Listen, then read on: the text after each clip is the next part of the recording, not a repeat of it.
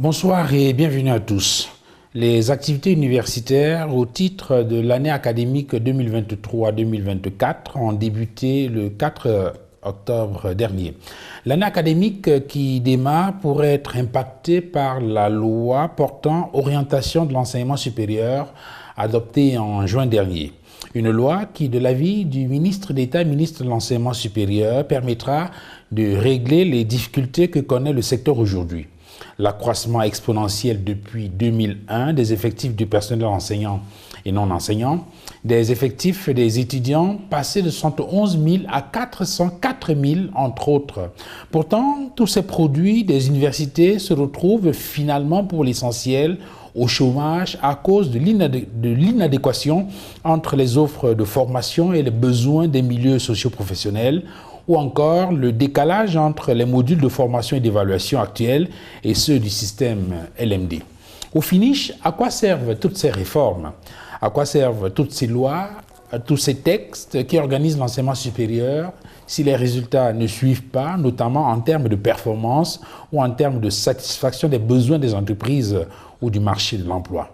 Est-on en train de subir les conséquences des premières réformes, notamment celle de 1992-93 qui avait été initiée par le professeur Titus Edzoa? N'est-ce pas l'échec de la politique de l'enseignement supérieur qui justifie en partie le développement de l'activité des mototaxis, lesquels mototaxis sont en partie responsables de l'insécurité grandissante dans nos villes et pour laquelle le MINAT a trouvé la solution, condiment Moulinex? La répression tous azimuts peut-elle être la solution à toutes les crises que traverse notre pays aujourd'hui? La crise OTS, la crise du NOZO, la répression des opposants politiques, la colère sourde des compatriotes face aux multiples scandales financiers ne représentent-ils pas des risques d'explosion au sens du bâtonnier à Kérémouna? Cet environnement politique, économique et social donne-t-il d'être optimiste au regard de ce qui se passe dans les États voisins? Dans quelle mesure ce climat peut-il influencer les prochaines consultations électorales dans notre pays?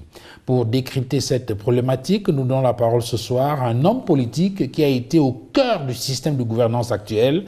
Notre invité a été ministre de l'Enseignement supérieur entre 1992 et 1993. Puis produit de l'enseignement catholique, puisqu'ayant fait l'école Saint-Jean-Bosco et le collège Liberman de Douala, notre invité, professeur agrégé de médecine à 40 ans, en 1985, a été secrétaire général à la présidence de la République entre 1994 et 1996. Après avoir démissionné du gouvernement le 20 avril 1997 et annoncé sa candidature pour l'élection présidentielle, il est arrêté le 3 juin 1997, jugé et condamné à 15 ans de prison pour tentative de détournement de biens publics, puis condamné à nouveau en 2012 à 20 ans de prison pour à peu près les mêmes faits. Le 24 février 2014, il bénéficie de la grâce présidentielle. Professeur Titus Edzoa, bonsoir. Bonsoir. Et merci infiniment d'avoir accepté cette interview sur Equinox Télévision dans le cadre de l'émission La Vérité en face. Je suis très honoré de repasser ce soir avec vous cette émission parce que si j'ai bon souvenir, d'ailleurs vous me l'avez rappelé tout à l'heure, j'étais le premier à ouvrir cette émission. Je vois donc que ça a évolué et dans le bon sens parce qu'elle est très écoutée. Et c'est un plaisir pour moi de me retrouver avec vous ce soir. Pour mener cet entretien, nous sommes avec Babila Jonathan. Good evening. Bonsoir Duval. Thank you, dear viewers, for joining us on this edition of La Vérité en Face. We are looking at issues concerning the educational system of the Republic of Cameroon, poor treatment of teachers who are on strike, and of course the problem of rising unemployment emanating partially from the failures of the educational system of Cameroon, difficult access to health services in the country, and social and political tensions affecting Cameroon and other African nations. And our guest today is Professor Titus Edzoa, is former Secretary General at the Presidency of the Republic of Cameroon, former Minister of Public Health, former Minister of Higher Education, 1997 presidential aspirant, ex-detainee of alleged attempted embezzlement of public funds. Professor, welcome to the program. Thank you. Alors, professeur Titus Edzoa, je l'indiquais tout à l'heure à l'entame de cette émission, vous avez occupé des fonctions importantes dans notre pays. Vous avez été ministre, vous avez été chargé de mission, vous avez été conseiller à la présidence de la République, vous avez été ministre de la Santé publique, vous avez été ministre de l'Enseignement supérieur et vous avez occupé les fonctions de secrétaire général à la présidence de la République. Et vous avez démissionné en 1997 et annoncé votre candidature à l'élection présidentielle de cette année-là. Vous avez été arrêté, jugé, condamné, jeté en prison et, je l'indiquais tout à l'heure, le 24 février 2014, vous avez bénéficié de la grâce présidentielle. Alors, depuis lors, comment vous occupez-vous? Que devient le professeur Titus Edzoa? D'abord, comme vous voyez, sur le plan physique, je crois que je tiens le coup. Pas seulement je tiens le coup, mais je me sens bien, en âme et conscience. Donc j'ai un train de vie normal comme tout Camerounais, c'est-à-dire sans excès, axé sur le sport. J'ai continué mon sport que vous connaissez très bien. Le karaté? Je suis un karatéka. Ceinture noire? Oui, je suis même enseignant, c'est-à-dire que les élèves m'appellent maître. Donc, 7e dan, je viens d'avoir le 8e, le 9e, il n'y a pas longtemps. Et j'ai fait une démonstration pour encourager nos jeunes athlètes. C'est un sport que je recommande aux Camerounais, mais on en parlera peut-être tout à l'heure parce que il faut un environnement approprié. Donc, le sport, et puis activité intellectuelle. Je passe mon temps, je continue à lire, philosophie, médecine, information du monde, et puis évidemment la politique. La politique m'intéresse parce que de mon métier, je me suis retrouvé en politique et j'ai trouvé qu'il n'y avait pas une grande différence parce que ce soit mon métier, que ce soit en politique, les règles sont les mêmes, c'est-à-dire servir. Donc je vois rien de particulier, sinon que je continue mes activités et j'interviens de temps en temps sur le plan politique, publiquement. Et ces interventions, même si elles sont espacées, d'aucuns y voient une critique de silence. Je voudrais tout de suite faire une différence entre le mutisme et le silence. Pour être muet, il faut être sourd. Mais le silence, c'est une activité discrète et peut-être secrète qui vous permet, quand vous parlez à vos concitoyens, de leur passer des messages sur les problèmes qui les taraudent. Donc c'est pourquoi que ce soir, je suis heureux de me retrouver avec vous. So, Prof, apart from practicing and teaching sports and then reading, what else is Prof doing on a day-to-day basis? You're a professor of medicine. You practice for quite a long time. I don't know if you're doing something else in that perspective. You're a politician. I don't know what are some of the actions that you're taking in the political sphere to maybe push forward the development of the country, the political well-being of the country. There are a lot of issues today in the political domain, a lot of issues even in the domain of medicine, a lot of problems in the economic domain of the country. What else are you doing apart from practicing and teaching sports? En dehors de ça, du sport évidemment, je fais beaucoup de choses, en commençant par la médecine. Vous savez, un médecin, et de surcroît je suis un chirurgien, il doit toujours entretenir le niveau intellectuel. Et ça, c'est essentiel et c'est très très important, ce que je fais au jour le jour. Évidemment, je n'opère plus en tant que tel, et pour la petite histoire, la dernière intervention que j'ai faite de sortie de prison, sur le plan purement pratique, il y a environ 1 an et demi, j'ai opéré une personne qui était très proche, et qui est très proche de moi, d'un syndrome qu'on appelle le syndrome du sinus carpien. C'est-à-dire, le nerf médian est coincé à l'entrée de l'aponévrose palmaire de la main.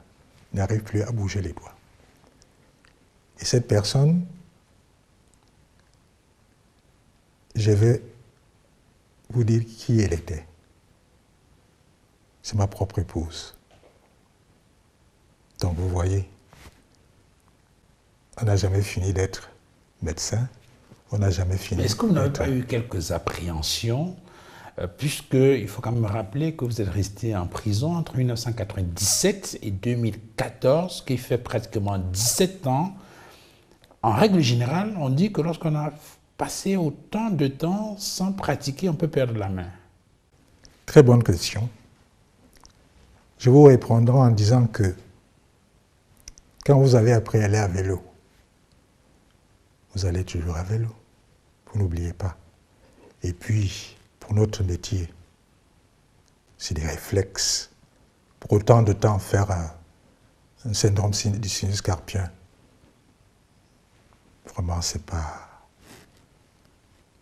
Il faut maîtriser, c'est pas... On n'invente rien, on ne crée rien. Ce qui est important, c'est d'opérer dans un environnement sûr. Parce que ça se prépare, ça ne s'improvise pas. Il faut faire un diagnostic sûr. Il faut voir s'il y a des instruments appropriés, adéquats, pour faire un certain type d'intervention. Donc, imaginez-vous, ce n'est pas seulement parce que c'était ma propre épouse, mais pour nous les chirurgiens, pour nous les médecins, chaque patient est sacré. Donc on n'improvise rien. J'ai tout simplement voulu donner cet exemple pour vous dire que on est toujours à l'affût. Si vous arrive quelque chose, vous êtes là assis devant moi, je ne vais pas tergiverser, je ne vais pas appeler un autre médecin, je vais d'abord intervenir. Mais ça ne se limite pas à ça. Il a posé cette question. Je suis toujours au service de mes concitoyens. Même si je ne suis plus actif dans les services hospitaliers, j'ai beaucoup d'élèves, j'ai produit beaucoup d'élèves. Et lorsqu'on me sollicite, c'est un plaisir pour moi de les appeler pour leur confier des malades qui peuvent venir me consulter. En plus, ils savent que je suis toujours disponible parce qu'il y a des cas, ils se trouvent en débès, c'est-à-dire qu'ils ont besoin d'un avis autorisé. Donc ils savent qu'à n'importe quelle heure, je suis disponible. Enfin, sur le plan purement intellectuel, bon, je ne veux pas enlever la vedette à ce qui va se faire, mais je vais vous surprendre parce que ce n'est pas le lieu pour vous démontrer, et vous serez invité, le travail que je suis en train de faire concernant le domaine de la chirurgie. Si bien que c'est un travail continu, un travail harassant, mais j'ai le plaisir de le faire jusqu'à mes derniers jours. Maintenant, sur le plan politique, on va en débattre. Je suis en contact, non seulement avec les différents intervenants politiques nationaux, avec la société civile, avec des journalistes, mais je suis aussi la politique extérieure, parce qu'il ne faut pas être cloîtré. Si bien que j'ai une vision qui vient conforter mes convictions politiques, puisque de professionnel, de technicien, je me suis retrouvé en politique et je me suis adapté. Je n'ai pas trouvé beaucoup de difficultés, mais tout s'apprend. Do you still take part in partisan politics? Pardon? Do you still take part in partisan politics? Non, je ne suis pas de la politique partisane. Absolument pas. Pourquoi? Parce que la politique n'est pas une fin en soi. C'est un instrument. Donc, quand vous faites de la politique, il faut apprendre à être ouvert. Vous savez, aujourd'hui, même les idéologies occidentales ont perdu de leur effet.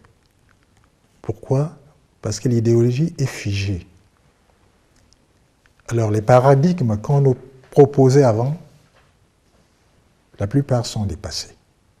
On en parlera tout à l'heure dans les détails. Si bien que être partisan, peut-être vous voulez dire militant. Militating in any Oui. political party. And so on. J'ai été de la création du RDPC.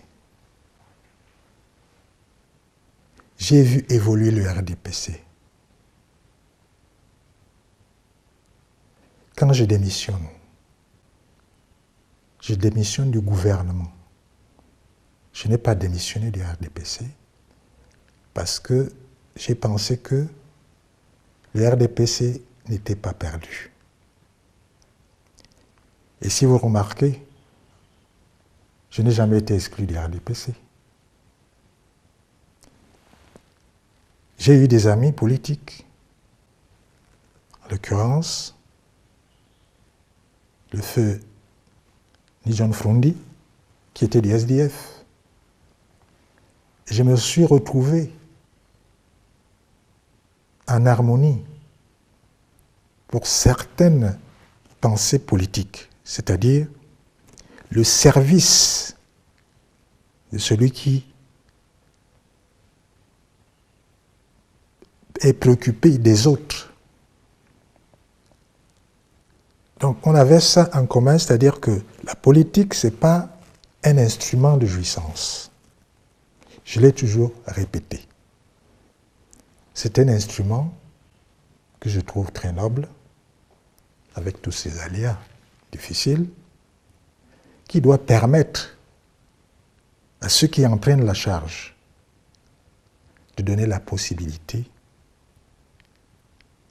aux communs citoyens de vivre dans la dignité avec un minimum d'aisance matérielle, psychique et même spirituelle. An instrument to serve others, not to serve yourself. Exactement. But unfortunately, in Cameroon, we are discovering that it's rather an instrument for individual service. D'où ma démission. J'ai eu le temps de voir que ça ne correspondait pas à ma façon de voir les choses. Et je démissionnais pour proposer autre chose.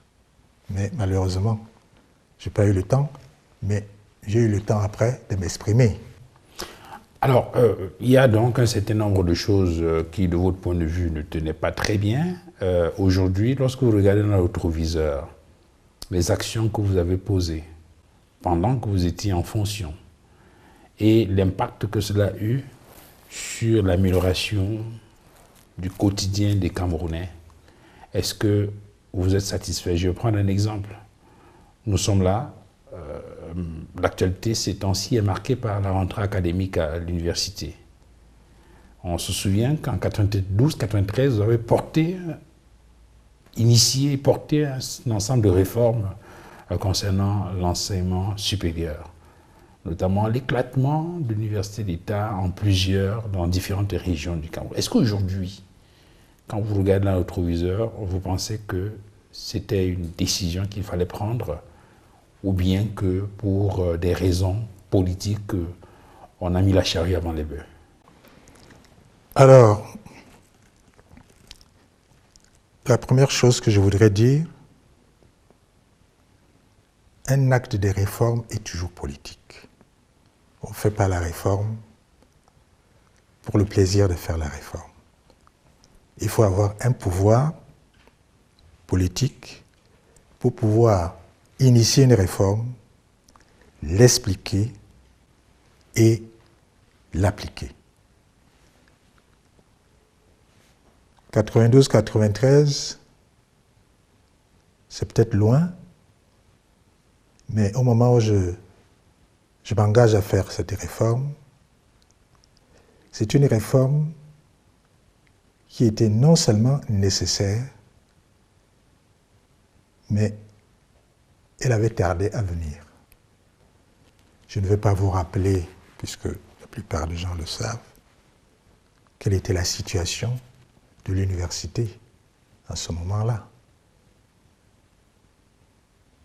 Et la réforme doit toujours anticiper. Deuxième chose, c'est que ceux qui réclament la réforme doivent toujours savoir que lorsqu'elle est faite, ils peuvent perdre certains droits qu'ils avaient. Et la réforme en elle-même, elle doit s'adapter à l'évolution des choses. Parce qu'il n'y a qu'une seule chose qui ne change pas, c'est le changement. Donc, quand je suis envoyé par le président de la République à l'enseignement supérieur, j'ai certains atouts. Je suis enseignant.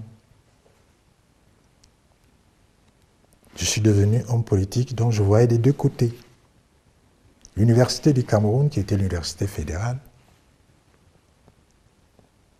a été faite pour 700 étudiants. Je me suis retrouvé avec 45 000. De deux, j'ai fait le diagnostic en tant que médecin, en tant que professeur d'université. Il n'y avait pas une orientation précise, si bien que les missions de l'université ne pouvaient pas être appliquées. En plus, il y avait une inadéquation entre la formation et les débouchés. Une autre raison, il n'y avait pas une harmonie entre l'éducation nationale, c'est-à-dire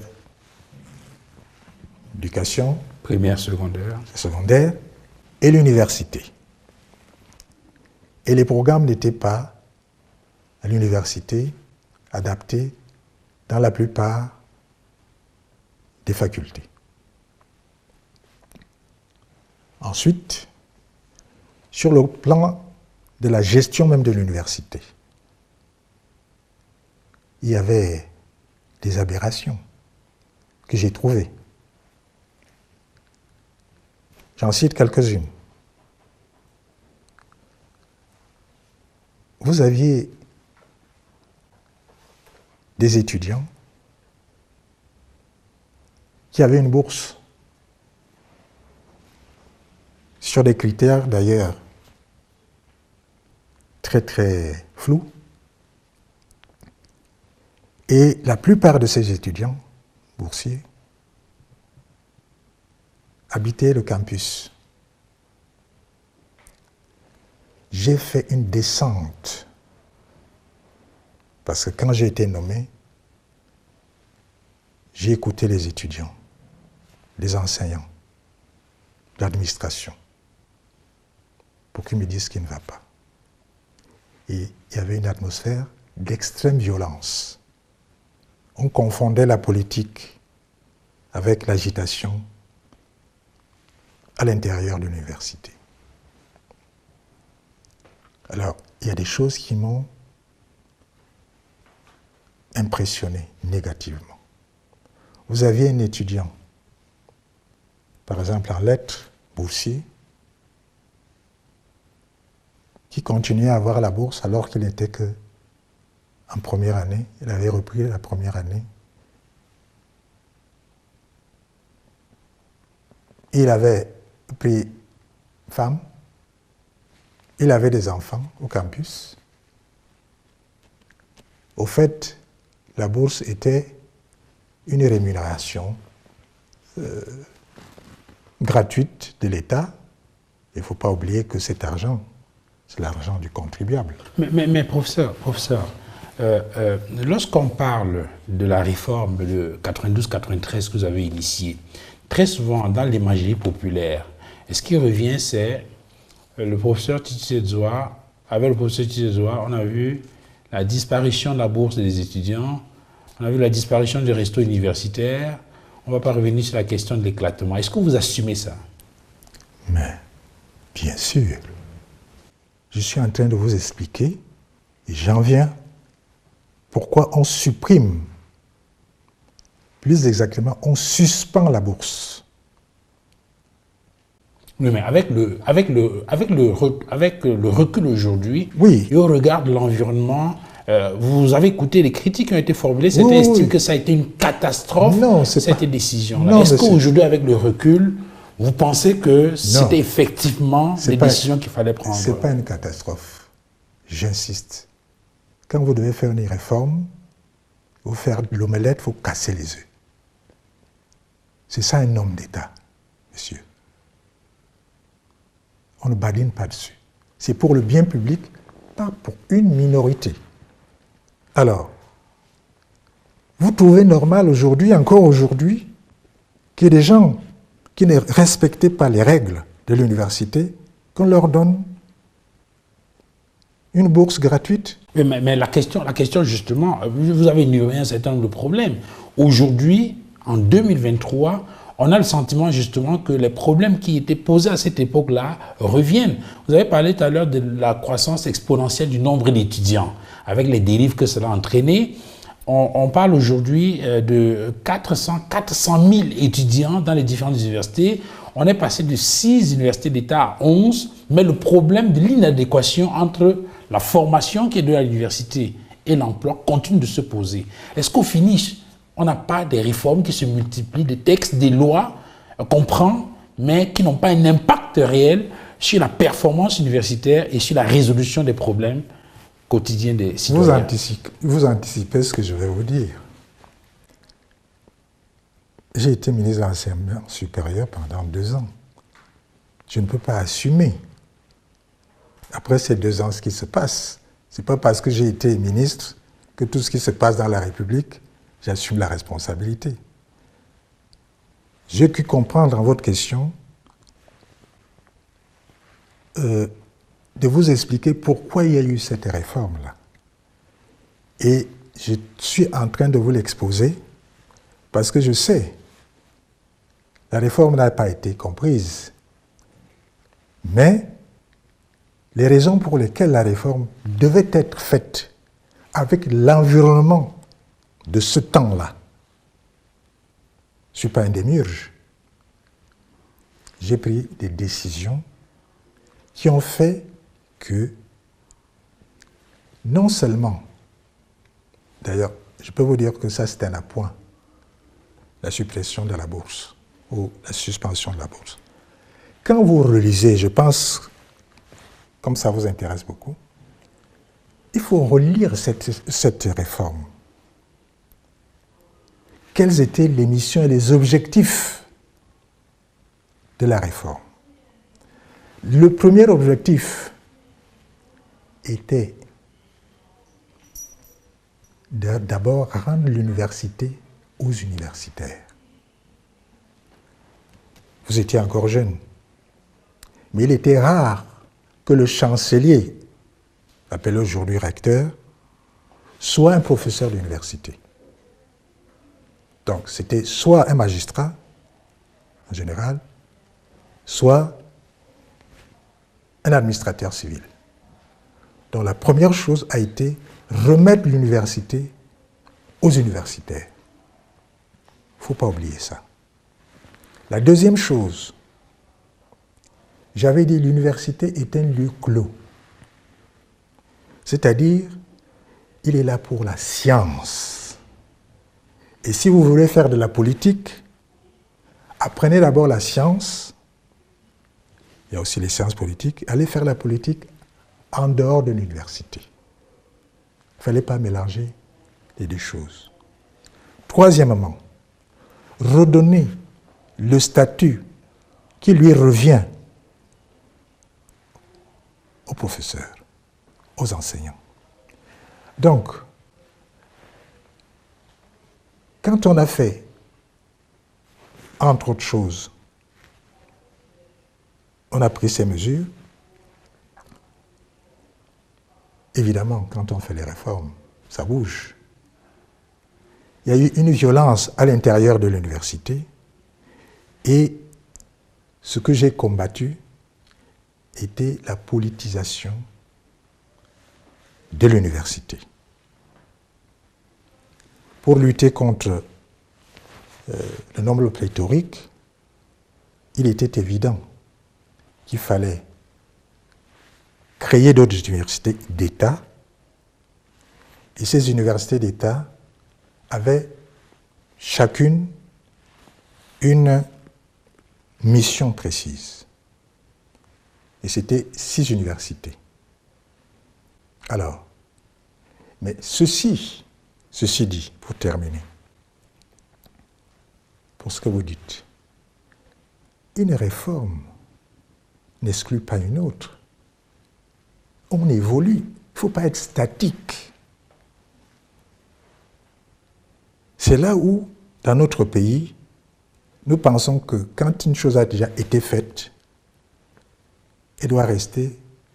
Alors, pour sortir de ce sujet, aujourd'hui, lorsque vous regardez très bien l'université, le fonctionnement de l'université, la capacité de production de l'université, les produits issus de l'université, quand vous faites le diagnostic, de votre point de vue, quelles sont les solutions qui peuvent être envisagées aujourd'hui pour que l'université retrouve exactement sa fonction première et qu'elle ne soit plus un appareil de production des chômeurs? Très belle question. Je pense qu'avant de faire aujourd'hui une réforme de l'université, il faut faire les états généraux. Il faut se retrouver. Et les professeurs, peut-être pas les étudiants en tant que tels, puisque on les connaît, mais les hommes politiques, la société civile, pour qu'on détermine des objectifs de notre enseignement supérieur. Ce n'est pas un seul individu qui peut le faire aujourd'hui. Parce que, vous voyez, je reviens quand même là-dessus.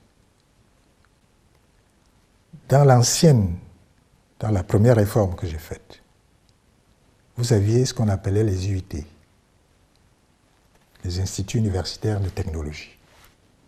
Dans les pays occidentaux, ceux qui tiennent la base et de l'économie et de la marche du pays. Qu'est-ce qui s'est passé? L'État n'a pas créé ces UIT, après moi. Mais les privés s'en sont accaparés. Ils ont multiplié les UIT sans lui donner ce nom-là. Vous avez tous ces BTS. Aux IPS. Oui. Et ça a été une récupération malheureuse de la réforme que j'ai faite. Alors, quand vous proposez les états généraux de l'enseignement supérieur, j'imagine qu'il y a des téléspectateurs qui sourient, puisqu'on se souvient, par exemple, qu'en 1995, on a organisé au Cameroun des états généraux de l'éducation et qui touchaient, il y avait des réformes qui touchaient notamment l'enseignement secondaire. Je prends un exemple. Il était question d'harmoniser les deux sous-systèmes anglophones, c'est ce que prévoyaient les états généraux qui ont été organisés avec la loi d'orientation qui est intervenue en 1995, harmoniser les deux sous-systèmes francophones et anglophones avec, entre autres, la disparition du probatoire dans l'enseignement secondaire. Francophone. Mais francophone. Alors aujourd'hui, 30 ans après, on voit bien que ces réformes n'ont pas été mises en place. Est-ce que le problème, c'est tant les réformes, est-ce que c'est tant les états généraux, les résolutions, qu'une politique nationale bien pensée, justement, en ce qui concerne les questions d'éducation? Ça ne suffit pas. Mais avant de prendre des décisions, il faut écouter. Ce n'est pas les états généraux qui décident de la politique. Les états généraux vous donnent la possibilité d'écouter tout le monde. Et c'est là donc où intervient le pouvoir politique. Quand vous avez écouté, vous prenez des décisions. Ces décisions doivent avoir un objectif qui tienne compte de ce qu'on vous a dit. Mais tenez-vous bien, monsieur, vous ne pouvez pas contenter tout le monde. Et une fois que vous avez fait ça, les choses peuvent marcher. But Prof, we have been hearing these things for quite a long time now, but things seem not to be moving. I take the example of the LMD. Much has been said about it, but the result is not what is expected. Alors, or monsieur, what was expected. Ce que je vais vous dire, je répète, je vais être explicite. Ce n'est pas le pouvoir actuel qui peut changer les choses. C'est pour cela que je suis là avec vous. Vous pouvez penser tout ce que vous voulez, on peut proposer tout ce qu'on veut. Je vais le dire encore mieux tout à l'heure, il faut remettre les choses à plat pour voir ce qu'on doit faire. C'est-à-dire, on ne peut pas continuer seulement à critiquer ce système parce que c'est un système qui s'est vidé de sa substance. Non seulement je vous donne raison, qu'on bavarde, on ne voit pas les résultats, c'est au fait ce que moi je défends. Et si je suis aujourd'hui avec vous, c'est pour passer ces messages. C'est-à-dire que le Camerounais, il est fatigué d'entendre tout ça. Évidemment, on doit mettre des mots sur des pensées. Quand je parle d'état général, vous pouvez donner un autre nom. On doit se retrouver. Pas seulement pour l'éducation nationale, comme je vais dire tout à l'heure, mais pour d'abord notre pays. Où est-ce qu'on va? Voyez-vous. Quand vous dites de remettre les choses à plat, on suppose que vous voulez faire allusion, par exemple, à la question de la transition que vous avez développée dans votre dernière interview à Jeune Afrique. Mais avant d'y arriver, professeur, il y a un certain nombre de crises que le pays traverse et pour lesquelles il faut trouver des solutions quasi urgentes. On évoquait tout à l'heure la question de l'éducation, il y a des enseignants qui sont en grève depuis plusieurs semaines maintenant et qui exigent que l'État paye, n'est-ce pas, les dettes qui leur sont dues pour certains depuis plusieurs années.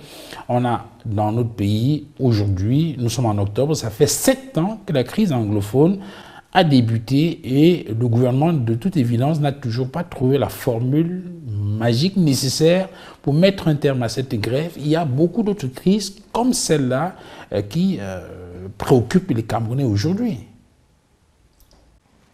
Oui, mais cette question, vous devriez la poser au gouvernement qui est en place, monsieur. Je n'ai pas le pouvoir politique pour résoudre ces problèmes. Je ne peux que suggérer.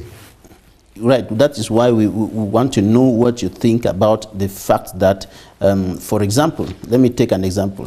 Much money is being spent on the Social and Economic Council, and the results, we are not seeing what that institution is doing on the life of the nation and her people. Much money being pumped in to build the residence of the president of that council, the daily functioning of that council and so on, while teachers are lamenting in very difficult situations, and the state seem not to be finding money to solve their problem. So is it a problem of main competence or lack of political will? Alors, c'est un manque de volonté politique. C'est là où doit servir la politique. C'est pour cela que j'insiste que ce n'est pas ce système qui peut résoudre ces problèmes que ce système a créé. Ils vont vous dire, ils vont trouver l'argent où pour payer. Ils vont vous dire ça. Pour payer les enseignants. Mais c'est un drame que nous tous, nous vivons. C'est inacceptable. C'est inacceptable. Si un individu pouvait résoudre ce problème, et si c'était moi, je le ferais. Mais il n'y a aucun individu en tant que tel qui puisse résoudre un problème de cet acabit-là. C'est pour cela que je dis, ce système ne peut plus résoudre les problèmes camerounais. Quand je le dis, ce n'est pas avec violence ou avec acrimonie, avec aigreur. Je dis ce que je pense. C'est le jour où ce système sera mis de côté ou partira d'une façon ou d'une autre, on en parlera peut-être tout à l'heure, qu'il faut retrouver donc d'une façon sereine les gens qu'il faut pour proposer quelque chose de nouveau. On ne peut pas continuer à critiquer. Qu'est-ce qu'on fait pendant que les enseignants, ils n'ont rien, il n'y a pas que les enseignants. Mais professeur Tizedzoa, j'entends des petites voix dire que vous êtes de ceux qui ont contribué à construire ce système qui aujourd'hui n'arrive plus à fonctionner. Et la question que moi je pose, c'est, de votre point de vue, qu'est-ce qui a sclérosé, qu'est-ce qui a vicié ce système? Pourquoi est-ce qu'aujourd'hui n'est plus en mesure de pouvoir proposer ce qui peut permettre au Cameroun aujourd'hui de décoller? Alors, je vais vous prendre un peu en défaut. J'ai écrit un livre, même plusieurs. Je ne sais pas si vous l'avez lu. Un combat, le Cameroun? Cameroun, combat pour mon pays. Tout est dedans. J'ai expliqué ce que nous avons fait pour que les choses marchent. J'ai expliqué pourquoi les choses n'ont pas marché. J'ai proposé dans ce livre, si vous ne l'avez pas lu, je vous le conseille. Il est même traduit exceptionnellement en anglais. Alors, donc, pour les téléspectateurs qui n'ont pas encore eu la possibilité de le parcourir... Vous-même, parce que quand je parle comme ça, vous devez être le relais. Si vous ne l'avez pas lu, qu'est-ce que je dois faire? Vous devez le lire pour expliquer. Personne ne fait référence à ce livre. Pourtant, je l'ai dédicacé au Cameroun. On ne va pas toujours répéter les mêmes choses et vous retombez donc dans le même système. Right, Prof. The issue is not about reading the book. Okay. We by the nature of our job, we naturally read all types of books, including your own. But the issue is about getting it from the horse's mouth. Now, at this point where we are, where the leadership mechanism of Cameroon seems to be kind of blocked, kind of caged, and it's not delivering the results that meet the aspirations, the expectations of Cameroonians, while waiting for a change of this system. Because you said that this system cannot deliver, while waiting for things to change. What should be done now? What should be done now? Because as we are talking, there are Cameroonians who are suffering, teachers who are suffering in all stratas of the society. There is hardship, there is misery, there is groaning. What should be done now to change some of these things? Alors il faut un sursaut national, monsieur. Ce n'est pas une personne. Ce que moi je peux dire en tant qu'individu, en tant que citoyen aujourd'hui, il faut un sursaut national. C'est-à-dire que je pense que la conscience collective, quand elle va atteindre un certain seuil, ça va arriver. Mais il ne faut pas faire d'un homme politique un démiurge. Pour dire que maintenant, monsieur doit dire que voilà.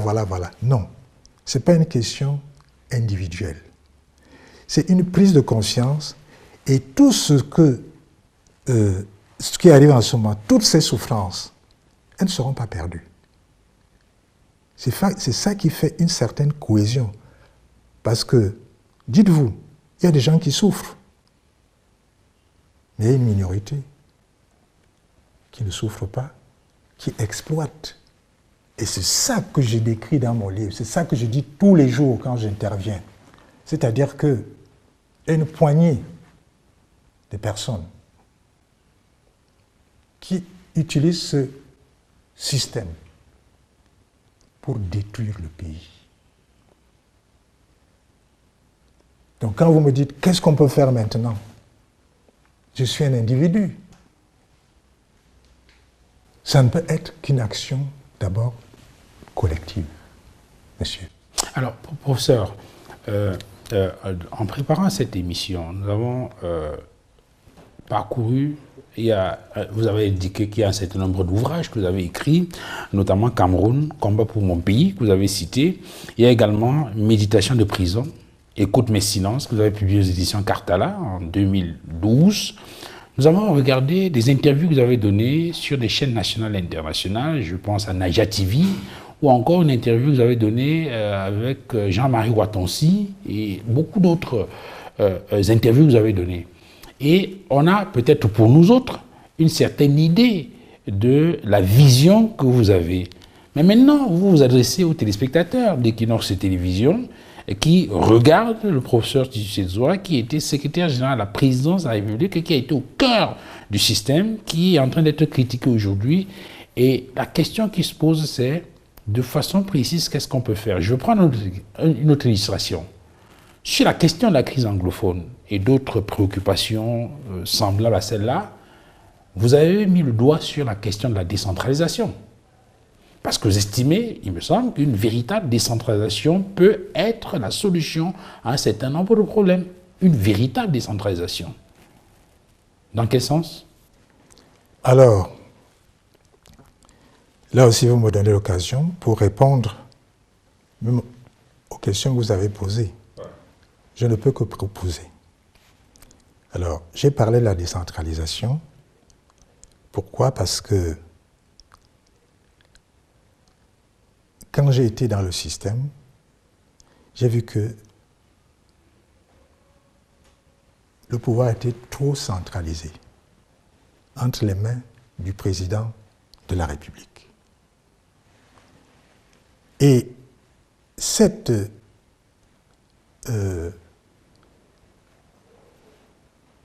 réforme de la Constitution qui a été faite a tenu compte de ce qu'on a appelé la tripartite. Et vous voyez, les gens se sont unis, ils ont dit, ils se sont retrouvés ce qu'ils souhaitaient pour le pays. Vous voyez la démarche. À partir de cette démarche, il y a eu une constitution qui a tenu compte de ces remarques qui étaient très très pertinentes. À savoir, diminuer le pouvoir trop centralisé du président de la République en réduisant les mandats,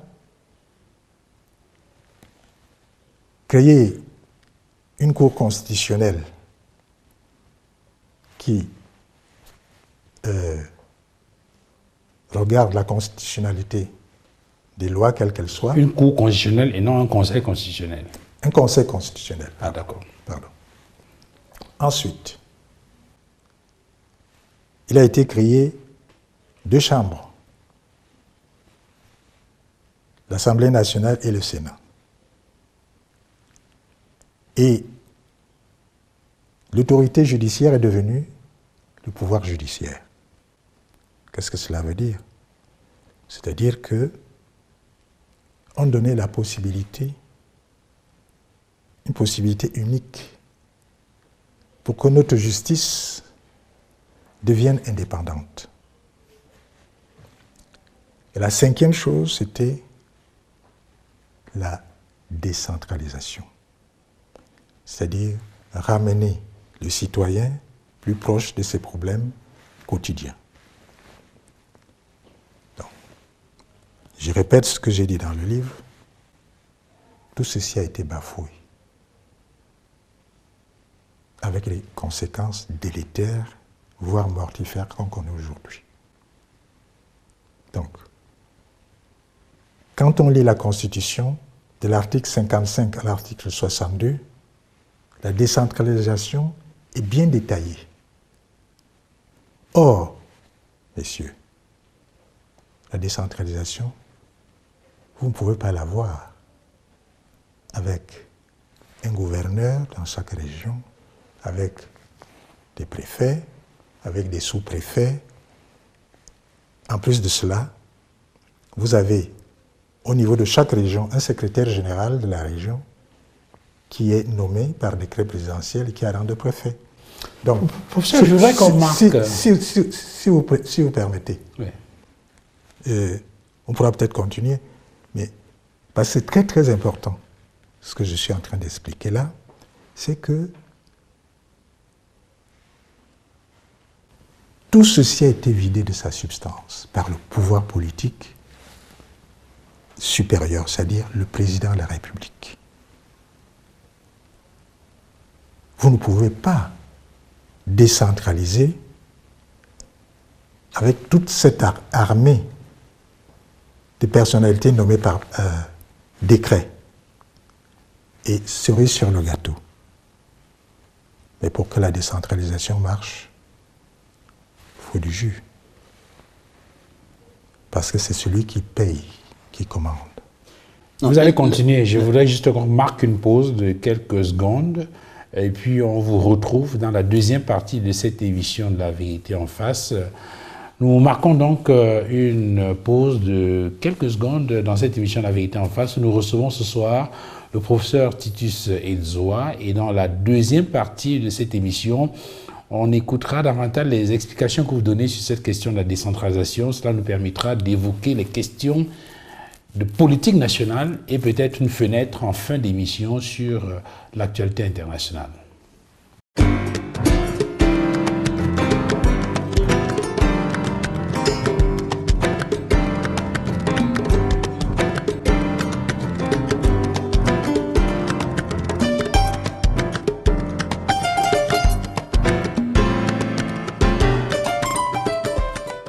Retour sur le plateau d'Equinox Télévision dans cette émission de La Vérité en face où nous recevons ce soir le professeur Titus Edzoa. Vous le savez, il a été ministre de la Santé publique, ministre de l'Enseignement supérieur, secrétaire général à la présidence de la République.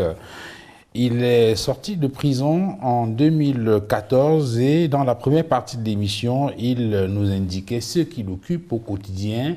Mais nous avons bouclé cette première partie, professeur Edzoa, avec le développement que vous faisiez sur la décentralisation. Une décentralisation qui aurait dû être une solution aux multiples crises que le pays traverse, mais une décentralisation à laquelle vous ne croyez pas, telle qu'elle est pratiquée en tout cas aujourd'hui. Elle n'est même pas pratiquée. C'est-à-dire, c'est comme une peinture sur quelque chose qui veut cacher autre chose. Parce que si effectivement on voulait décentraliser et faire la décentralisation, on ne déconcentre pas seulement. C'est-à-dire, il faut d'abord qu'il y ait des élections municipales et tout ce qu'il faut, transparentes. Il faut qu'on fasse des conseils régionaux selon la règle, c'est-à-dire que les gens soient choisis par les citoyens de la région et donner un vrai pouvoir non seulement au conseil régional, mais au président du conseil régional. Et ce conseil régional sera à même d'identifier les problèmes qui concernent la région. Parce qu'il y a des choses que l'État ne peut pas suivre. Une école primaire disons de macaques ou de bonnes macaques et une école primaire qui est à Bagno, mais le directeur de l'école ne doit pas être nommé par un décret présidentiel. In that perspective, Prof, earlier you highlighted something which you see as a major hindrance to the implementation of decentralization, the presence of governors, SDOs, DOs, appointed by the President of the Republic. If decentralization were to be fully implemented, as you said, should they be simply taken off the governance mechanism of the country or elected? Alors, les gouverneurs, par exemple, si on faisait une décentralisation, qui soit nommé, en guillemets, ce que je ne souhaiterais pas, qui soit élu, il doit avoir des missions différentes. C'est-à-dire que quand on fait la décentralisation, on donne un pouvoir à la région, au conseil régional. Mais l'État doit contrôler. Mais c'est le conseil régional qui décide par rapport aux réunions qu'ils ont faites, par rapport aux besoins de la région, voyez-vous. Et chaque région a des besoins qu'on retrouve dans d'autres. Mais il y a des régions qui ont des besoins spécifiques. Par exemple, je dirais, sur le plan de la culture, on peut mettre un accent, par exemple, de la culture. Chaque région présenter sa culture, ça peut être une opportunité pour qu'on se connaisse mieux et consolider ce qu'on appelle l'union nationale. Mais une région peut savoir quels sont les besoins des routes, par exemple, et voir quelles sont les priorités. Mais pour faire cela, il faut qu'on lui donne les moyens. Mais cette gestion-là, une fois qu'elle est faite, elle doit toujours être contrôlée. There's some who think that the special status that's been given to the northwest and southwest regions of the country, and this is one of the fallouts of the major national dialogue, even though it had been in the constitution for decades, that would have made sense if the governors, the DOs, the SDOs were taken off those two regions. Do you think so? Je suis d'accord avec vous. Toutefois, il faudra créer soit une fonction d'État pour contrôler, par exemple, les finances des régions, parce que l'argent qu'on donne aux régions, c'est l'argent de l'État. Mais les régions peuvent aussi avoir l'opportunité de chercher des financements pour développer la région. Mais ce que je voudrais dire, et là nous sommes d'accord, il ne peut pas exister dans une région qu'on voudrait dire décentralisée, avec tous les pouvoirs sur un gouverneur nommé par le chef de l'État. Ça ne veut absolument rien dire, c'est même contre-productif. Donc, je crois que je suis assez clair. They are often referred to as representatives of the head of state, of the government, not the head of state, but the government. The government, voilà, c'est ça. C'est-à-dire qu'il faut, comment expliquer ça? Ce pouvoir centralisé a démontré non seulement son incompétence, mais ses limites. Parce qu'un seul individu ne peut pas gouverner un pays. Ce n'est pas possible. C'est quelque chose d'immense. Donc, répartir les charges, les missions, mais en même temps, définir les objectifs et contrôler si les objectifs, les moyens qu'on a donnés vont vers ces objectifs. Is that why the acceleration in the implementation of decentralization, as the authorities have been saying since the major national dialogue took place, is that why it is not producing the desired results in those two regions? Because as we speak today, despite the major national dialogue, despite the holding of the regional elections, the putting in place of the regional administration, the special status and whatever, violence has continued, killings have continued, destruction have continued, and those who were at the other extreme asking for outright independence are still doing so.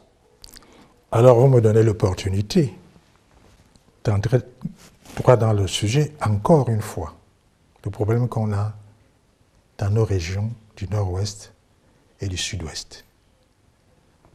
Je n'utilise pas votre langage journalistique de nozo.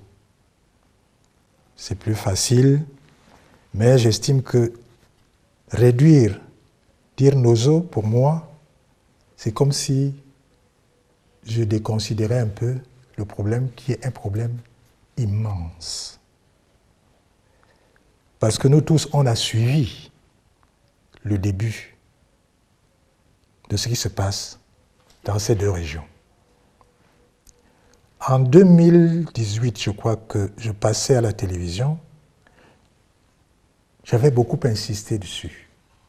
Les choses n'étaient pas encore aussi lamentables qu'elles sont aujourd'hui. À savoir que c'est le chef d'État, lui et lui seul, qui doit initier et prendre la responsabilité pour mettre fin à cette guerre civile. J'avais insisté. J'ai écrit une lettre ouverte au président de la République. Et je vais le dire aujourd'hui à ceux qui nous écoutent. C'est la suite d'un échange avec M. John Frondi. Il m'a dit, mon ami, écoutez, j'ai écrit au président de la République 2 fois pour qu'il fasse quelque chose. Il ne m'a même pas répondu. Peut-être que toi, tu sais peut-être la manière, si tu peux faire quelque chose. Je dois être honnête que j'ai pris cette décision à la suite de ces échanges.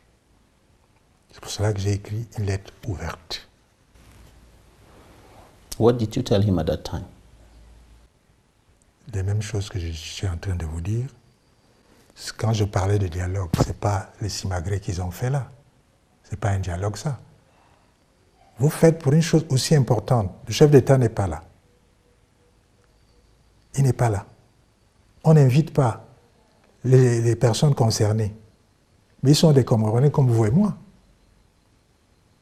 Et puis, on paie les perdièmes. J'ai trouvé ça lamentable. Donc ça ne pouvait accoucher de rien.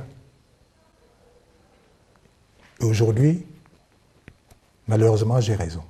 Rien n'a changé.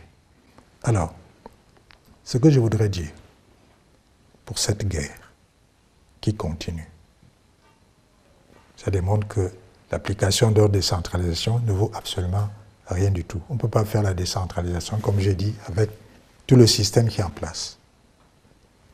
Et je dirais que les Camerounais se sentent offensés. Parce que ce que nous voyons est terrible. À savoir, c'est une guerre qu'on veut nous faire croire inexistante.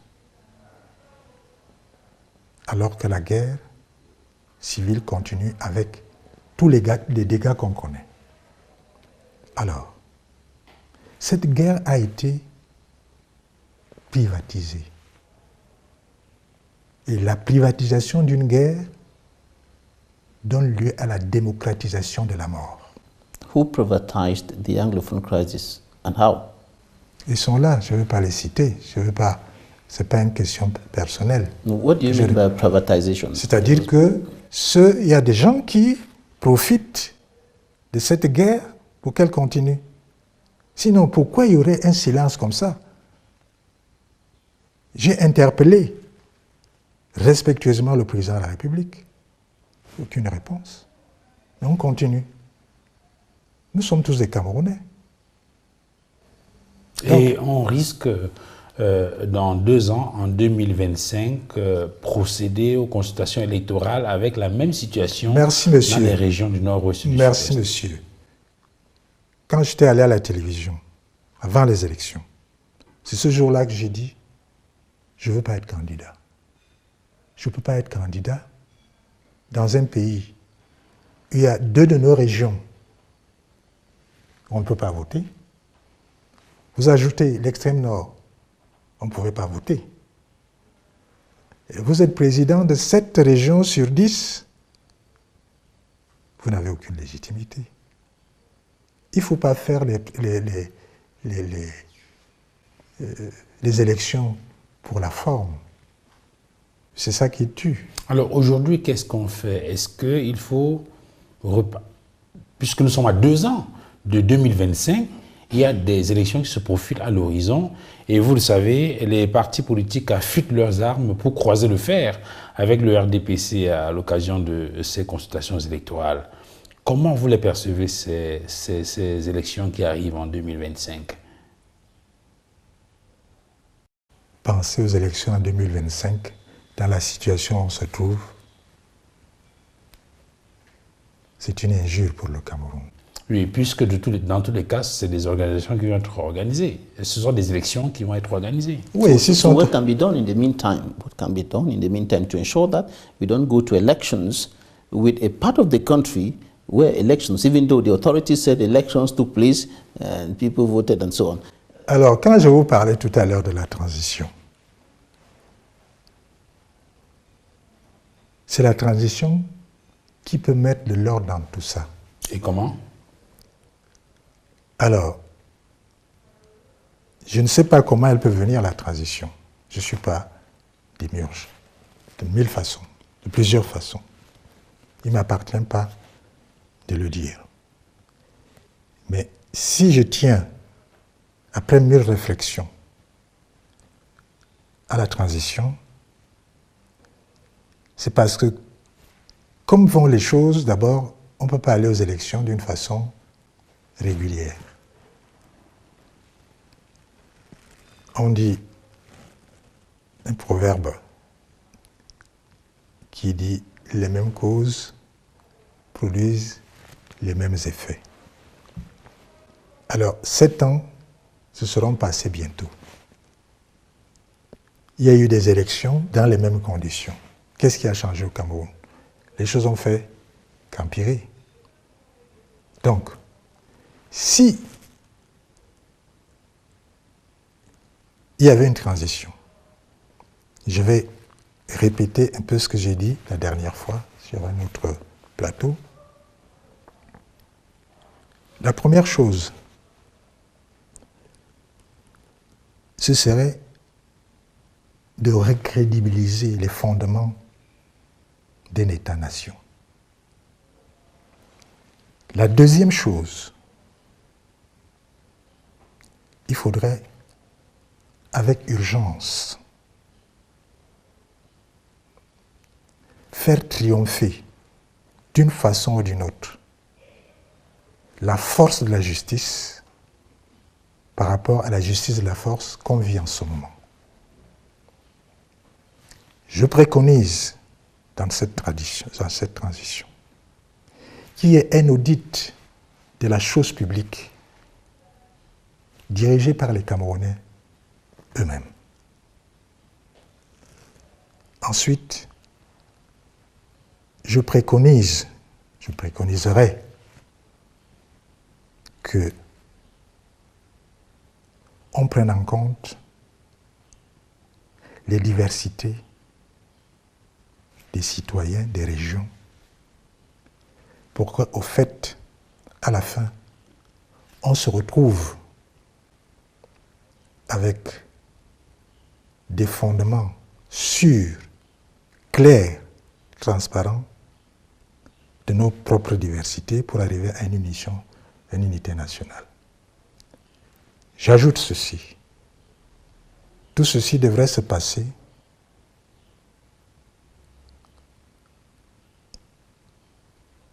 sans qu'on puisse... il faut éviter, n'est-ce pas, les règlements de compte. Parce que je vous assure, c'est une marmite. Quand je parle d'implosion, on est en pleine implosion. Et si on ne fait pas attention, on ne règle pas ces problèmes rapidement,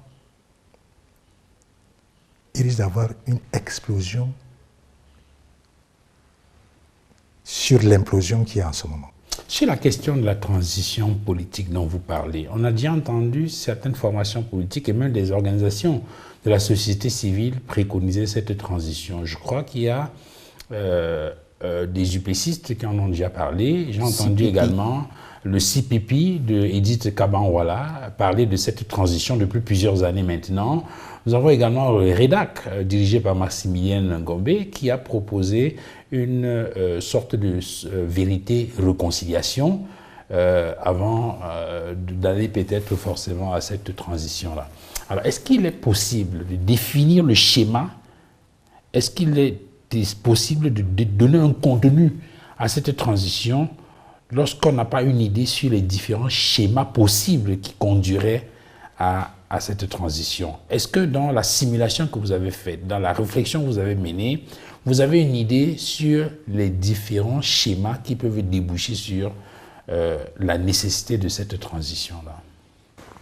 Oui, ce que vous dites me rassure d'ailleurs. Nous ne sommes pas ni les premiers, ni peut-être les derniers à le proposer. C'est-à-dire que c'est des idées. Chacun pense de son côté. On arrive à un minimum de consensus. Alors, ce que je viens de vous dire là n'est pas exhaustif. Le jour, si ça arrive, on se met ensemble, quelque chose peut-être de plus consistant va en sortir. Parce que c'est une étape, je pense, comme les autres aussi, on ne s'est pas concerté, comme les autres, qu'il faut mettre les choses à plat. Il faut qu'on se dise la vérité, et à partir de là, on bâtit. Une fois, j'avais tenu ces propos. Quelqu'un de l'opposition m'a dit, mais on avait proposé à un moment donné la conférence nationale. Mais le système en place n'a pas voulu la conférence nationale. Alors, comme réponse, je lui avais dit, la conférence nationale n'était pas une idée camerounaise, ni africaine. Il faut qu'on apprenne, nous, à prendre notre destin en main. Nous avons des cerveaux, nous avons des expériences. Et il est normal et même impératif qu'on se mette d'accord. Il ne faut pas toujours qu'on attende que c'est les autres qui résolvent nos problèmes. C'est ça que je lui avais dit. Donc, en plus de ça, à quoi pourrait-on aboutir?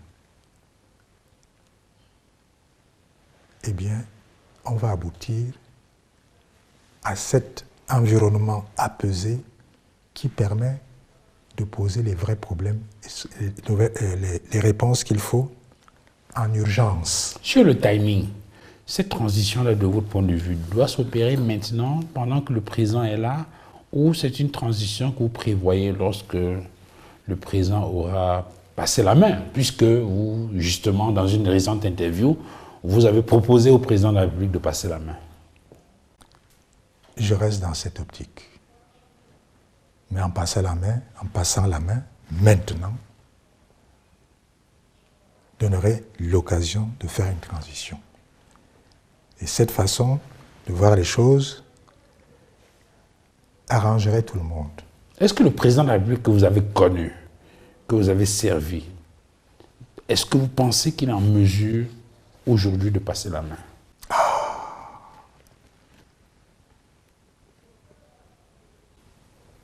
De mon côté, c'est une question très difficile. Je ne suis pas le président. Ce que je peux et ce que je pouvais, que j'ai fait, c'est de lui proposer des choses. Il entend, il écoute ce qu'on dit. Je souhaite qu'il passe la main, encore aujourd'hui, comme je l'ai dit hier. Et passer la main, comme je vois les choses, ce n'est pas une défaite. Je pense même que ce serait le triomphe de la démocratie au Cameroun et l'amour pour notre pays. Donc je réitère ça. Je réitère. C'est peut-être ça que vous voulez entendre, mais je suis explicite. Je pense que le système actuel, comme je l'ai dit à la première partie, doit être honnête de reconnaître la défaite. Et cet acte pourrait sauver le Cameroun. But that's what seems to be very difficult for many African leaders today who are in what has been qualified as sit-tight leadership, doing everything possible to stay in power. And that has been identified as a threat to democracy, stability, and even the development of African nations. Now, you're talking about transition. And Kabangwala, the president of the CPP, has been saying this over the years and insisting on a certain point that seems to be very, very crucial. Non-violent transition. Just all along been saying the transition has to be non-violent. Now, there's a neighboring country that's going through a transition that can be qualified to an extent as non-violent, even though we can talk about some kind of psychological violence and so on. But I'm talking about the situation in Gabon, and a lot of people have been praising that country for, uniting and standing up to say no, to put an end to over 6 decades of reign of the Bongo family. And the transition is going on. What do you think about that kind of transition? Oui, le Gabon est à côté de nous. D'abord, je vais vous dire qu'au Cameroun, parler de coup d'État, c'est ça que le coup d'État, quand vous parlez de coup d'État au Cameroun, c'est comme si vous invitiez le coup d'État à se réaliser. Et je profite de ça pour dire un peu ce que je pense sur ce problème. C'est quoi un coup d'État? Le coup d'État, c'est s'approprier le pouvoir par la force. Mais en général, on parle de coup d'État militaire. Mais vous êtes au courant, il n'y a pas que des coups d'État militaires. Vous avez des coups d'État, on s'accapare le pouvoir en changeant la Constitution. On appelle ça les coups d'État constitutionnels. Il y a des coups d'État quand on s'accapare le pouvoir en truquant les élections. On les appelle les coups d'État électoraux. Mais ces coups d'État passent inaperçus. On fait avec. Mais je vais vous révéler qu'il y a d'autres coups d'État. Chaque fois qu'un citoyen, en l'occurrence un fonctionnaire, détourne de l'argent de l'État, il prend le pouvoir de l'État. C'est un coup d'État. Et c'est ces coups d'État-là qui nous font dire que dans un pays comme le nôtre,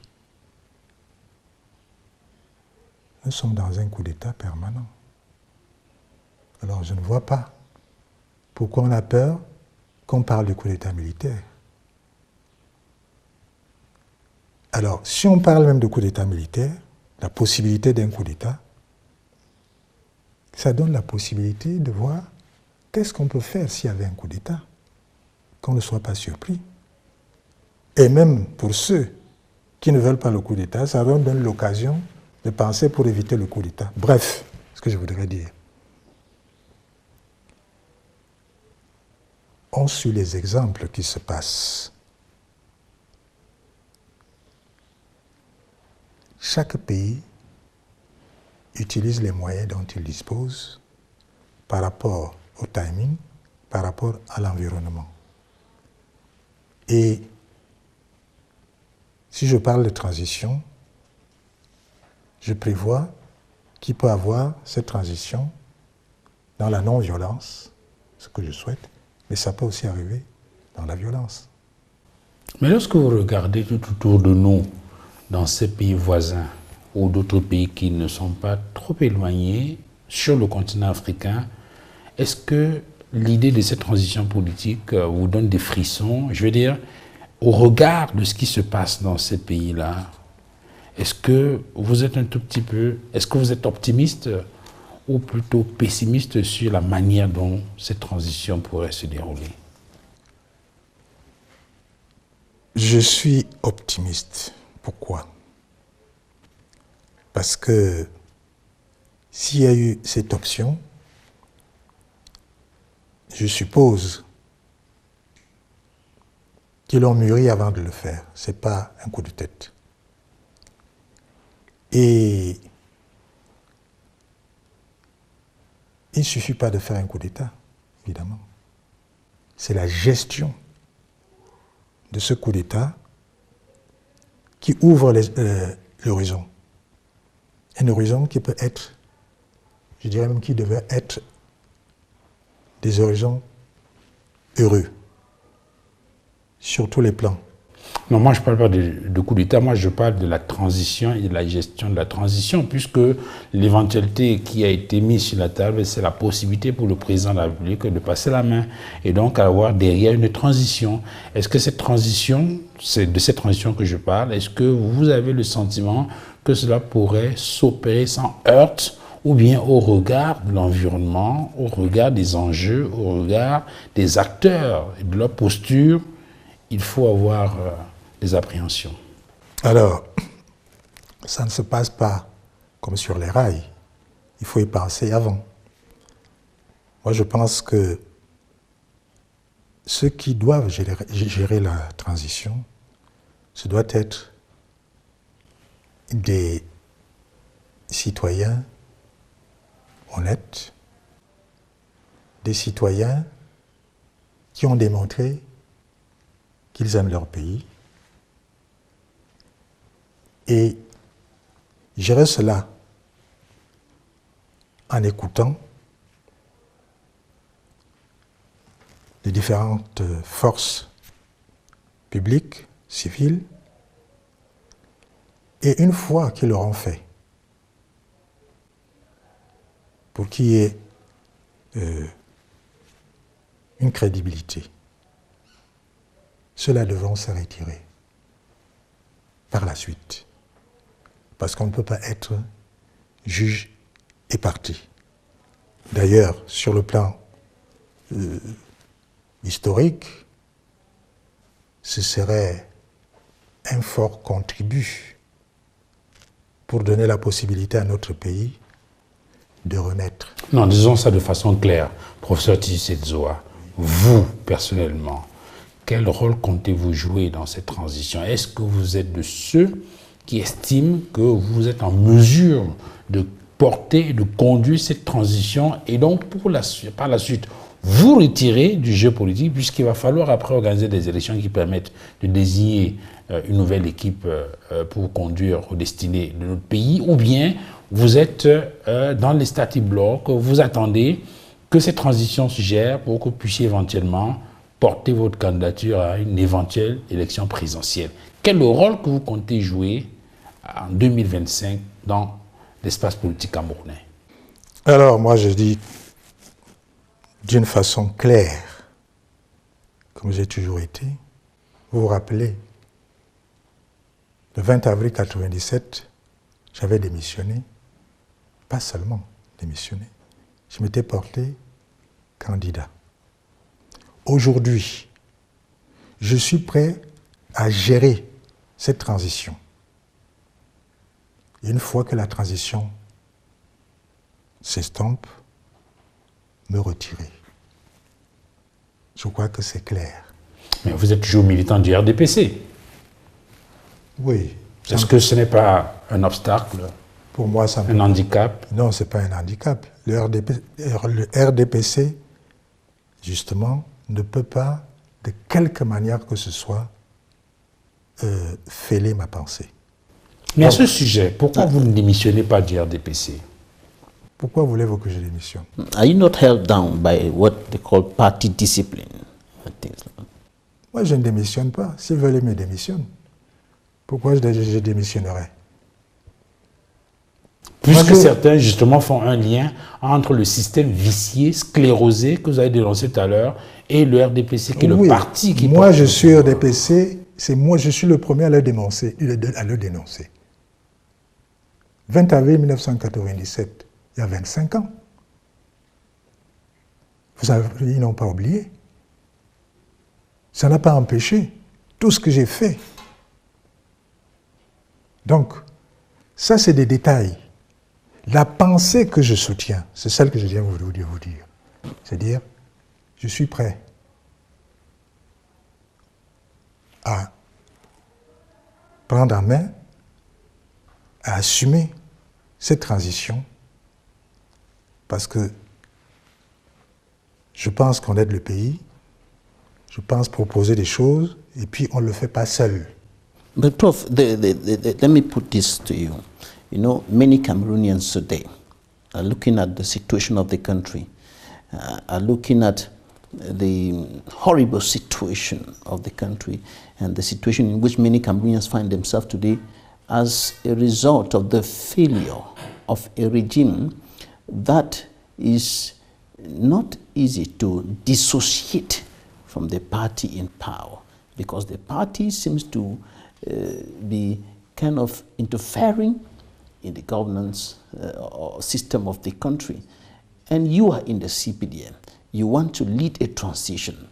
What do you think about the way Cameroonians will perceive it? They will just think this is another person who is not different from those who have been there, who is coming to lead us through. We don't know, we are not sure about where he's taking us to. Have you thought about that? Oui, ça me fait un peu sourire. Pourquoi? Vous croyez en ces étiquettes-là? Vous croyez que c'est le RDPC qui a tué le pays en tant que tel? Le RDPC même a été utilisé. Monsieur, vous pouvez être sans parti et devenir un dictateur. Ça ne veut rien dire. Ces idéologies-là, s'il vous plaît, le XXIe siècle démontre que ça ne tient pas. Parler de RDPC et de machin, ce qui compte, c'est la substance de l'individu, ce qu'on veut pour notre pays. Vous croyez que tous ceux qui sont dans les autres partis, ils ont la conviction de ces partis? Quels sont même ces partis? Quelles sont leurs convictions? C'est pour cela que je dis, c'est un détail ça. Il faut aller au-dessus des partis. Quand bien même un président viendrait, serait issu d'un parti. Si vous continuez dans cette optique de pensée, on n'avance pas. Un président doit être au-dessus du parti, des partis. Or, c'est ce qu'on a vu. On a identifié le parti au système.